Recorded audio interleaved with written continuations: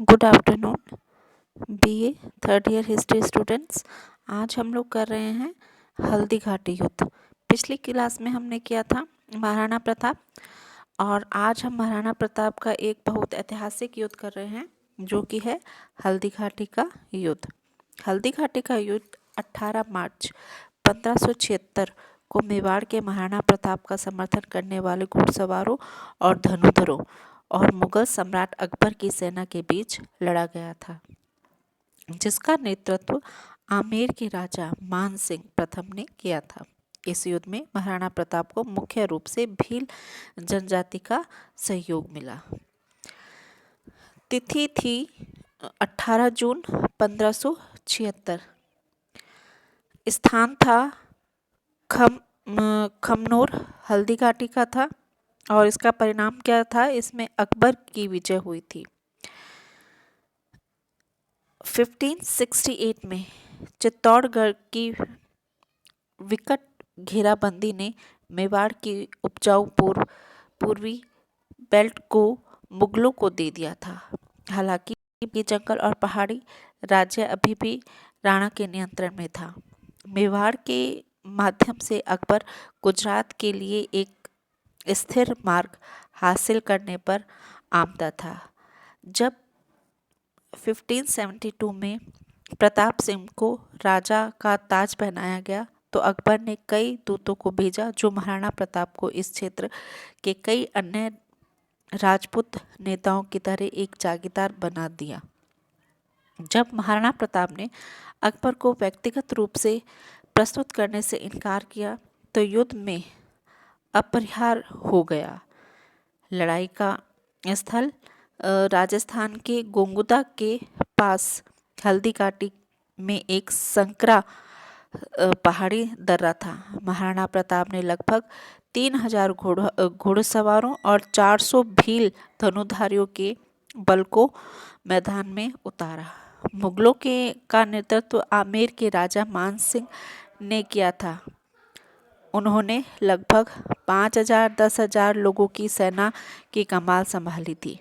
3 घंटे से अधिक समय तक चले भयंकर युद्ध के बाद महाराणा प्रताप ने खुद को जख्मी पाया, जबकि उसने कुछ लोगों ने उन्हें समय दिया। वे पहाड़ियों से भागने में सफल रहे और एक दिन लड़ने के लिए जीवित रहे। मेवाड़ के हताहतों की संख्या लगभग 1600 पुरुषों की थी। मुगल सेना ने 350 से 7800 लोगों को खो दिया, जिसमें 350 अन्य घायल हो गए। उनका कोई नतीजा नहीं निकला, जबकि वे गोंगुदा और आसपास के क्षेत्रों पर कब्जा करने में सक्षम थे। वे लंबे समय तक उन पर पकड़ बनाने में असमर्थ थे।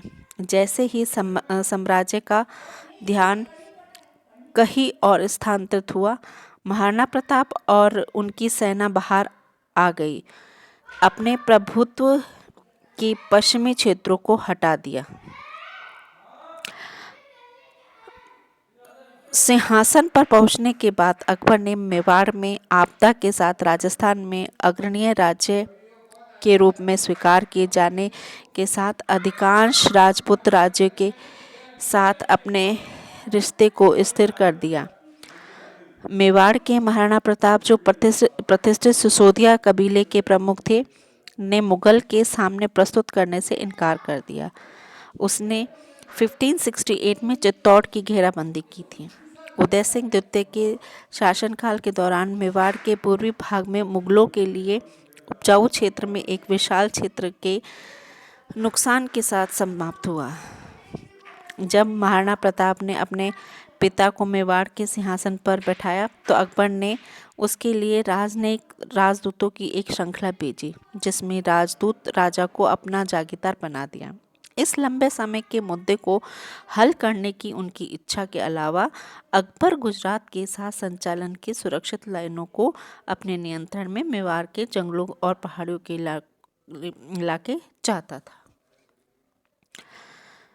पहला दूत जलाल खान कुर्ची था, जो अकबर का एक पसंदीदा नौकर था। जो अपने मिशन में असफल था। उसके बाद अकबर ने कछवा वंश के साथी राजपूत अंबर को भेजा, जिसकी किस्मत मुगलों के अधीन थी, लेकिन वह भी प्रताप को समझाने में नाकाम रहे। राजा भरावंत दास अकबर की तीसरी पसंद थी और उन्होंने अपने पूर्ववर्ती से बेहतर प्रदर्शन किया। राणा प्रताप को अकबर द्वारा प्रस्तुत एक रौब दान करने के लिए पर्याप्त रूप से भेजा गया था और अपने युवा बेटे अमर सिंह को मुगल दरबार में भेजा गया था। हालांकि यह अकबर द्वारा असंतोष माना जाता था, जो खुद चाहते थे कि राणा उन्हें व्यक्तिगत रूप से प्रस्तुत करें। एक अंतिम दूत टोडरमल को बिना किसी अनुकूल परिणाम के मेवाड़ भेज दिया गया। प्रयास विफल होने के साथ युद्ध तय था। महाराणा प्रताप, जो कुंभलगढ़ के रॉक किले में सुरक्षित थे, उन्होंने उदयपुर के पास गोगुंदा शहर में अपना आधार स्थापित किया। अकबर ने अपने कबीले में वंशानुगत विरोधी मेवाड़ के सिसोदियों के साथ युद्ध करने के लिए कच्छावा मान सिंह की प्रतिनियुक्ति की। मान सिंह ने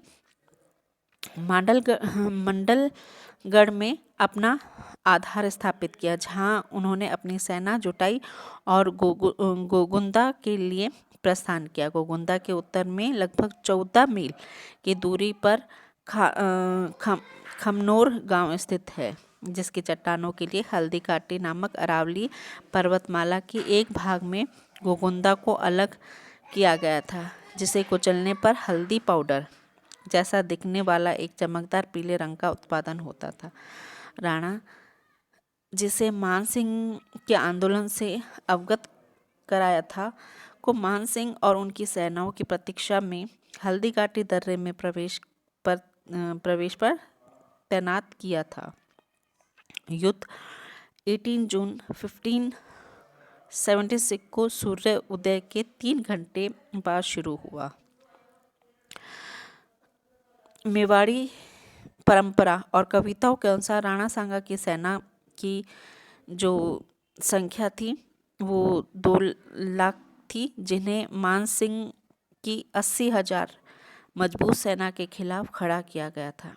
हालांकि जादूनाथ सरकार इन संख्याओं के अनुपात से सहमत है, लेकिन उनका मानना है कि मान सिंह के युद्ध हाथी पर कूदते हुए राणा प्रताप के घोड़े चेतक की लोकप्रिय कहानी के रूप में अतिरंजित है। सतीश चंद्र का अनुमान है कि मान सिंह की सेना 5,000 से 10,000 पुरुष शामिल थे, जिसमें मुगल और राजपूत दोनों शामिल थे। दोनों पक्षों के पास युद्ध के हाथी थे, लेकिन राजपूतों के पास कोई गोला बारूद या तोप नहीं थी। मुगलों के बिना पहिए के तोपखानों या भारी आयुध का मैदान नहीं बनाया, बल्कि कई कस्तूरी को रोजगार दिया उन्होंने।